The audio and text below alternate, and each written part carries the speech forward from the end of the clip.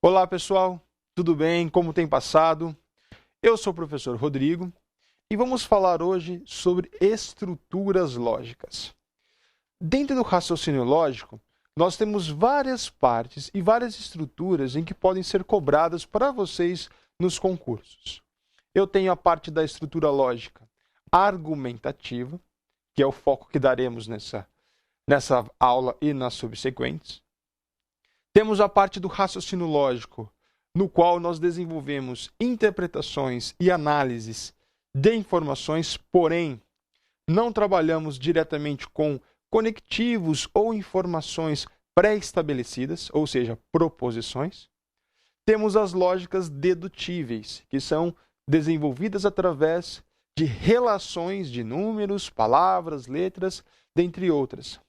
Dentro da lógica dedutível, por exemplo, nós temos um dos grandes problemas que é não existe uma parte conceitual. Nós não temos uma teoria associada, sendo que o seu desenvolvimento, a sua interpretação, ela surge da relação, muitas vezes matemática ou até mesmo arbitrária, de informações que são propostas para nós dentro dos exercícios estabelecidos, ok? Hoje nós vamos dar início à parte do estudo lógico argumentativo. Então, para trabalhar com isso, nós vamos definir os conceitos de proposições. O que são proposições? O que é uma sentença aberta, uma sentença fechada? Como eu classifico essas proposições? Se ela é simples, se ela é composta? E ver conceitos em que elas podem ser aplicadas, ok? Depois nós falaremos sobre os conectivos. Conectivos são o quê? São termos de ligação que existem entre essas proposições. Então, são aulas subsequentes, cuja teoria dessa aula é fundamental para a compreensão das próximas, ok? Então, tente tirar o máximo de proveito, observe, faça suas anotações e vamos que vamos, ok? Então, dentro do raciocínio lógico, a primeira ideia que nós temos é o conceito de proposição. O que vem a ser esse termo, proposição, para nós? Vamos observar isso aqui. Quando eu falo de proposição, eu estou fazendo uma declaração. Veja, quando eu falo que eu tenho uma proposição, eu tenho uma oração declarativa. Você faz uma declaração com uma certa informação. A partir dessa declaração, eu posso classificar essa sentença em verdadeira ou falsa. Então, eis a condição necessária para que a afirmação, a frase, para que a sentença seja classificada como uma proposição. Ela deve ser passível de classificação em verdadeira ou falsa. Eu não posso ter as duas condições simultaneamente. Ou a sentença é verdadeira ou a sentença é falsa. As duas relações simultâneas não é possível. Toda proposição exprime um pensamento de sentido completo. Ela não deixa dúvidas. Por exemplo, você afirma hoje: o Palmeiras é campeão brasileiro. Isso é uma sentença verdadeira e o sentido da frase é completo. Então, quando você fala em proposição, primeiro, é uma oração declarativa. Segundo, deve ser passível de classificação em verdadeiro ou falso. Eu não posso ter possibilidade de, ela pode ser verdadeira ou pode ser falsa. Não existe. Eu tenho que ter uma declaração verdadeira ou uma declaração falsa. E, por fim, pensamento de sentido completo. A frase deve ser finalizada na hora de você interpretá-la. Não posso ter continuidade ou possibilidade de continuação. Ok?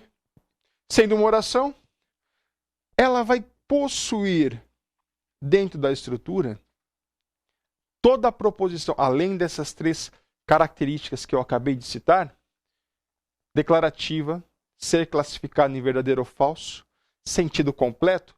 Ela ainda deve ter sujeito e predicado. Veja, sujeito e predicado. Ok? Aqui está, olha só que absurdo. Predicado, não um prejudicado. Predicado. ser declarativa, como nós observamos, e aí a classificação em verdadeiro ou falso na sua analogia. Então preste muita atenção. Muitas vezes a sentença passada não está associada com esses princípios. Veja só alguns exemplos. 9 é diferente de 2. 9 é diferente de 2. Você está fazendo uma declaração. Declarei 9 é diferente de 2. É uma oração? Sim. Quem é diferente de 2? 9. Então tem sujeito. Tem predicado, então aqui sujeito. Tem predicado. Ela é declarativa, você está fazendo uma declaração de que 9 é diferente de 2. Então, ela pode ser verdadeira ou falsa. E ela é uma sentença fechada. Acabou, completa. 9 é diferente de 2. Fim. Então, nós temos aqui uma proposição. Outro exemplo. O Rio de Janeiro é a capital do Brasil. Novamente, quem é a capital do Brasil? Rio de Janeiro. Sujeito. A relação do predicado. Novamente, é uma declaração, eu estou declarando, o Rio de Janeiro é a capital do Brasil. Isso pode ser verdadeiro ou pode ser falso. E, novamente, é uma declaração final. Ela é completa. Então, veja, todas as características são satisfeitas na definição da proposição. Todas devem ser satisfeitas. Não basta, duas delas, 2 em 3 estão satisfeitas. Basta para mim? Não basta. Eu preciso que as 3 sejam satisfeitas no contexto. Alguns exemplos do que não são proposições. Olha só. 2 é um número primo? Isso é uma interrogação. Então, se você observa interrogação no final, é claro que nós temos uma afirmação, nós temos uma sentença interrogativa. Eu tenho uma oração interrogativa. Quando ela é interrogativa, com certeza ela não é proposição, porque ela não é uma declaração. Não é declaração. Se ela não é declaração, obrigatoriamente ela não é proposição. Mais uma. Beba Coca-Cola. Olha aqui o outro símbolo. Exclamação. É uma sentença imperativa. Beba Coca-Cola. Ela não é uma declaração. Ela é uma sentença imperativa. Não é uma declaração. Então, aqui nós tiramos uma conclusão muito útil. Apareceu o símbolo de interrogação ou o símbolo de exclamação, desconsidere como proposição. Apareceu o símbolo de interrogação ou o símbolo de exclamação, desconsidere como uma interrogação. A sentença é unicamente interrogativa e uma sentença imperativa. Ela não é uma declaração. Outro exemplo. 5 mais 3. Aí você pensa, nossa, mas 5 mais 3? Isso não é uma proposição? Ou seja, números também podem fazer parte? Podem. Mas nesse caso, ela é uma proposição? 5 mais 3? 5 mais 3 é igual a quanto? Todo mundo. 8. Mas se o cara chega aqui e coloca 7? Ou então ele vai lá, 5 mais 3 é diferente. Por exemplo, vou colocar aqui uma outra relação. Diferente de 8. Ou seja, ele cria possibilidades. Isso é completo? 5 mais 3. Quando ele não coloca uma igualdade, quando ele não coloca uma condição, ela tem o sentido completo? Não tem. Então, se ela não tem esse sentido completo, ela é uma sentença aberta. Sendo uma sentença aberta, ela não é uma proposição. Por quê? Porque ela não tem o sentido final da sentença. Ela não tem o sentido completo dela. Outro ponto. 5 mais 3 é igual a 8. É verdade? É verdade. 5 mais 3 é igual a 7. Isso é falso. Então, veja, quando eu não coloco a condição da igualdade, eu estou dando possibilidades para a sentença ser verdadeira ou falsa. Ah, mas ela tem que ser verdadeira ou falsa, mas ela cria possibilidades. Ela não tem ou ela é verdadeira ou ela é falsa. Depende da relação. Veja, depende da circunstância.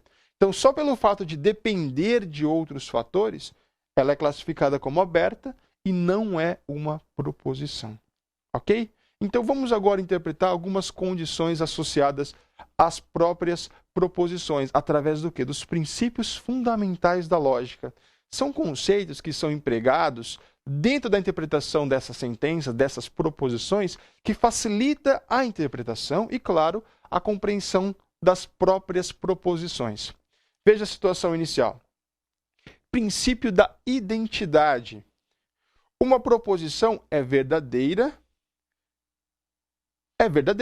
E uma proposição é falsa, ela é falsa.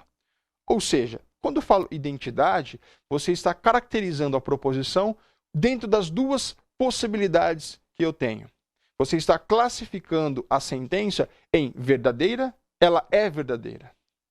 Falsa, ela é falsa. Você não está criando possibilidades, como na situação anterior, em que eu tenho possibilidades. Então, identidade, ou a sentença é verdadeira, ou ela é falsa.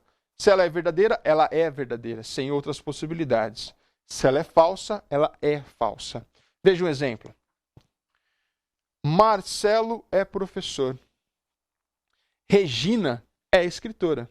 Eu tenho sujeitos, tenho predicado, ela é declarativa, é uma sentença completa, ela pode ser verdadeira ou pode ser falsa. Por exemplo, Marcelo é professor. Isso é verdadeiro. Eu conheço o Marcelo, que é professor. Regina é escritora. Para mim, por exemplo, dentro de um contexto, é falso. A identidade dessa sentença, dessa proposição, verdadeira. Fim. Acabou. Não tenho mais o que falar sobre ela. Regina é escritora. É falso. Acabou. Verdadeira, falsa, falso. Não existe outras possibilidades. O segundo princípio é o da não contradição. Quando eu coloco não contradição, ela não pode ser verdadeira e falsa ao mesmo tempo. Quando eu coloco que é não contradição, é, por exemplo, na situação da sentença aberta, daquela 5 mais 3, onde ela pode ser verdadeira ou pode ser falsa. Então, veja, não contradição é que dentro da sentença, dentro da proposição, não existam argumentos ou situações em que ela possa ser verdadeira ou ela possa ser falsa. Veja um exemplo. Amanhã não choverá. Como eu posso ter certeza disso? Então, ela pode ser verdadeira. Ela pode ser verdadeira, como ela pode ser falsa.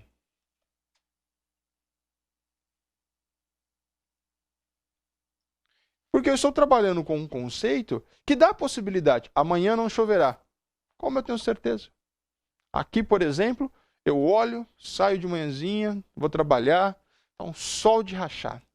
Dá 2h30 da tarde, começa a chover. Chega 10 horas da noite, tá um frio. Como eu posso provar ou argumentar que não choverá, não fará frio ou coisa assim? Eu não tenho certeza. Então, ela pode ser verdadeira ou ela pode ser falsa. Então, eu não posso ter sentenças ou proposições nessa ideia, porque ela se contradiz. Olha a outra situação. A Terra é maior que a Lua. Aí vai lá, isso é fácil. Matei. É verdade. Mas veja, talvez você não goste um pouco do conceito de astronomia, não se interesse muito por astros e tudo mais. É natural. Porém, depende qual lua que ele está falando. Ah, ele está falando da nossa lua. Mas não existe só a nossa lua. Então, dependendo da situação, pode ser verdade, como pode ser falso. Então, veja, quando tenho possibilidades, quando você olha para uma frase, para uma sentença, para uma proposição, e ao interpretá-la, você começa a perceber que pode existir uma segunda possibilidade, então ela pode não ser classificada como uma proposição. Então, observe essa relação. Não contradição. A frase não pode ter uma relação de contrariedade dentro da própria relação. Ok? A segunda é o princípio do terceiro excluído. Toda proposição ou é verdadeira ou é falsa. Isso significa que eu só tenho essas duas classificações. Eu não posso ter, por exemplo, ela é verdadeira ou ela é falsa? Talvez. Ela é verdadeira ou é falsa? Ela é mais ou menos. Não existe uma terceira classificação para a nossa proposição.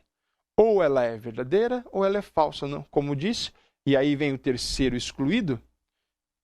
Terceiro excluído significa que não existe uma terceira possibilidade de classificação para a minha proposição. Veja esse exemplo. Todo número par é múltiplo de 3. Ou isso é verdadeiro, ou isso é falso. Não vai existir uma outra possibilidade. Então, ela é uma proposição que não admite uma terceira classificação. Ok? Então, observem. Princípio do terceiro excluído, princípio da não contrariedade e o princípio da identidade. Os três formam a base dos conceitos das proposições. É basicamente um complemento sobre ela ser declarativa, sobre ela poder ser classificada em verdadeiro ou falso e ela ter o sentido completo. Então, as três são classificadas nessa forma. Então, interprete e tome cuidado na hora de associar nos exercícios em que as proposições aparecem para você. Vamos agora aos tipos de proposições. Já sabemos como elas são, como elas se descrevem. Agora vamos aos tipos de proposições. Proposições simples possuem somente uma oração e não possuem cognitivos. Ou seja, possuem uma única oração, uma só. Hoje é domingo. É uma oração. Então, toda vez que eu tenho uma única oração, ou seja, não existe conectivos, não existe elementos que ligam as próprias orações, eu tenho uma proposição simples. Aí, olha só, alguns exemplos. Hoje é domingo. Amanhã não choverá.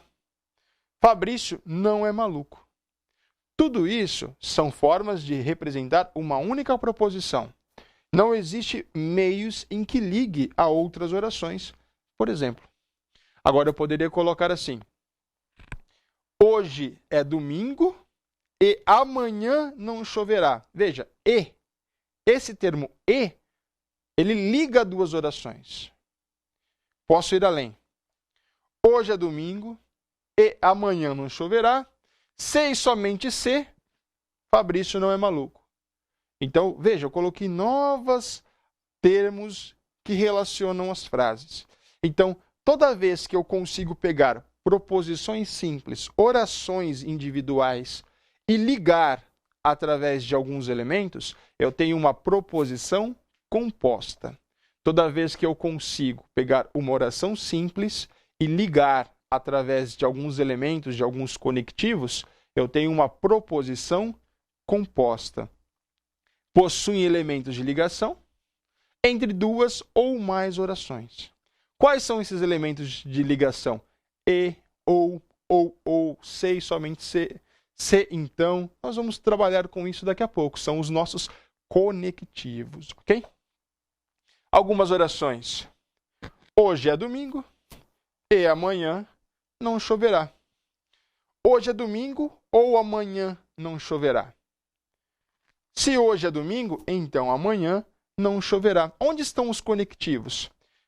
E, ou, se, então. Todos esses são os conectivos que permitem a relação entre as minhas proposições. Ok? Então, proposição simples, uma única oração. proposição composta, duas ou mais orações ligadas por elementos conectivos. Ok? Proposição fechada é aquela que podemos garantir como sendo verdadeira ou falsa. Verdadeira ou falsa. Finalizada, classificada diretamente. Não permite outra ideia ou possibilidade de qualificação, que é a ideia do nosso terceiro excluído. Veja, princípio da identidade, verdadeira ou falsa, ok?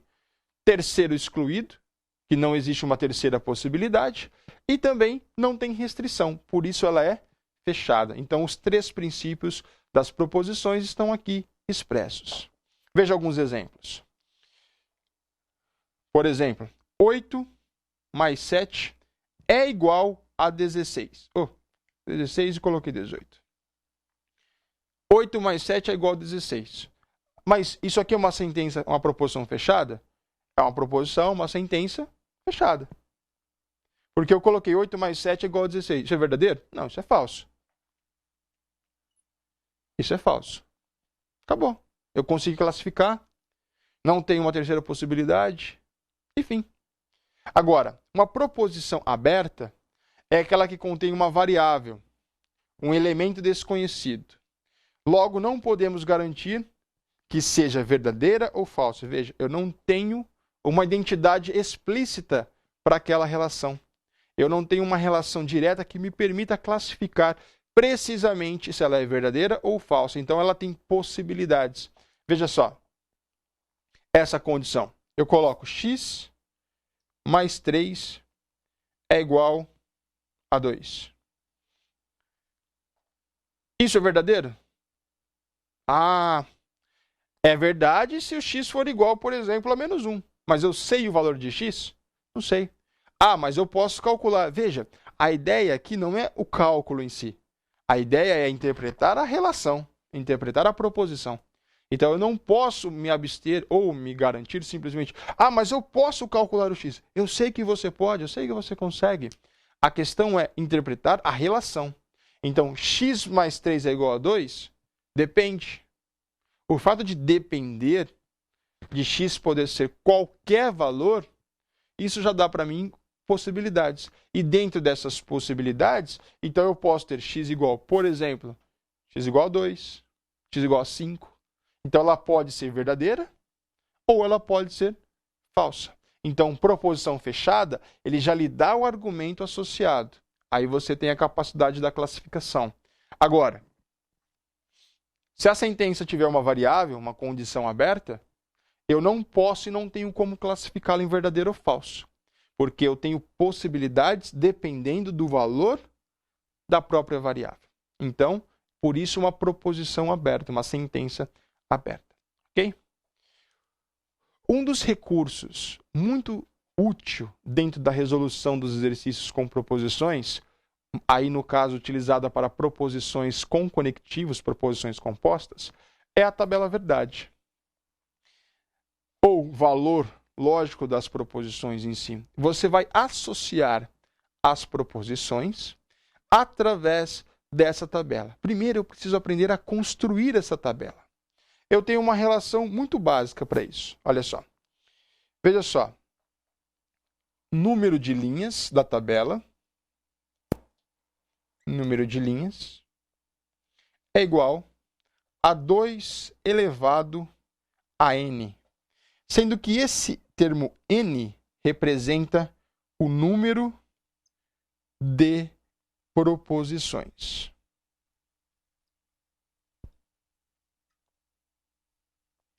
O número de proposições.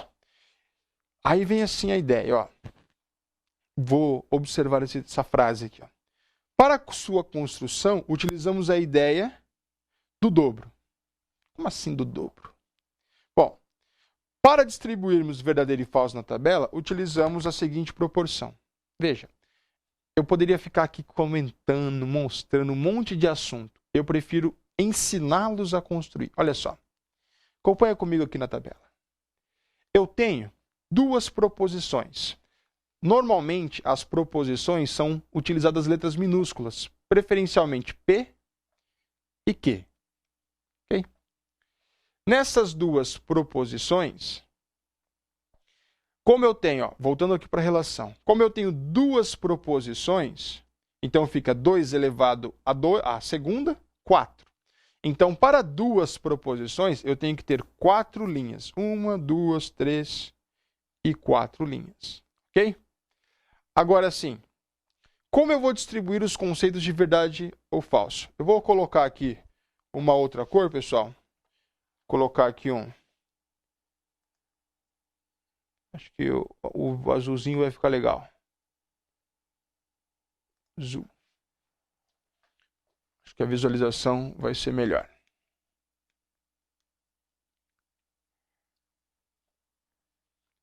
P e Q.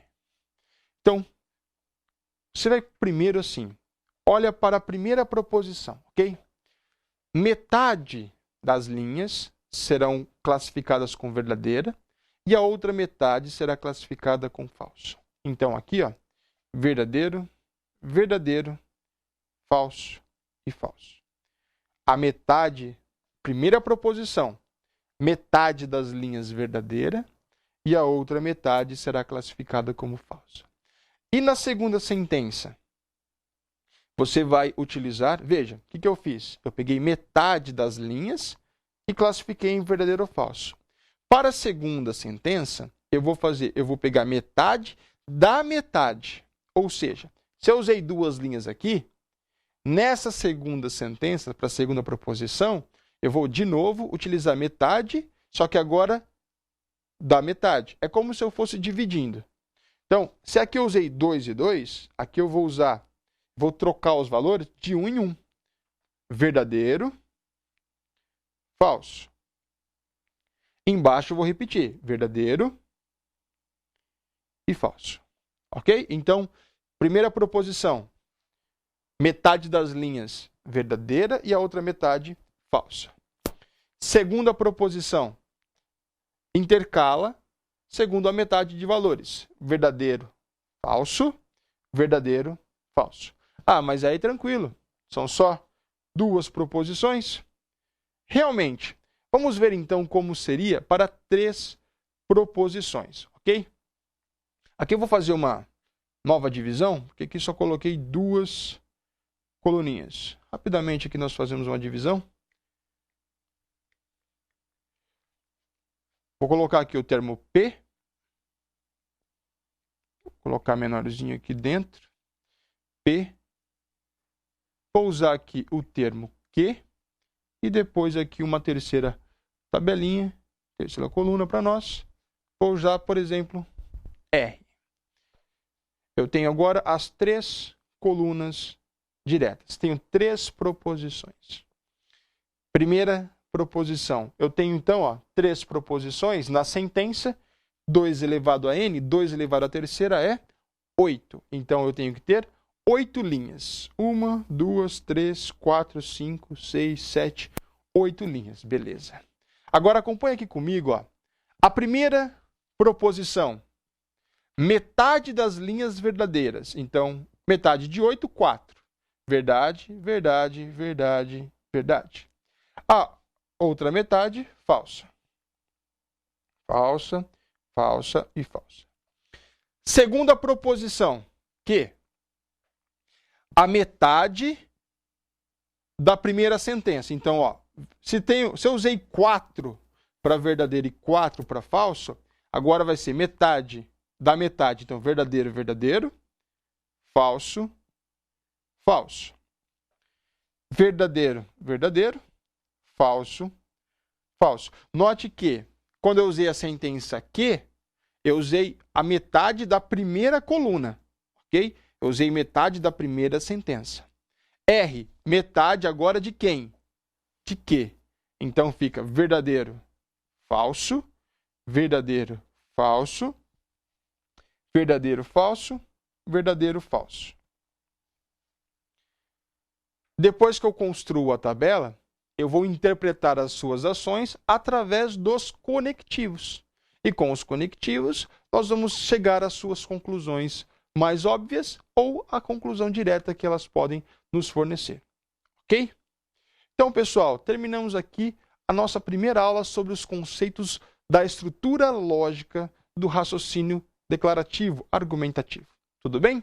Na próxima aula, falaremos sobre os conectivos. Vamos dar ênfase às proposições compostas. Tudo bem?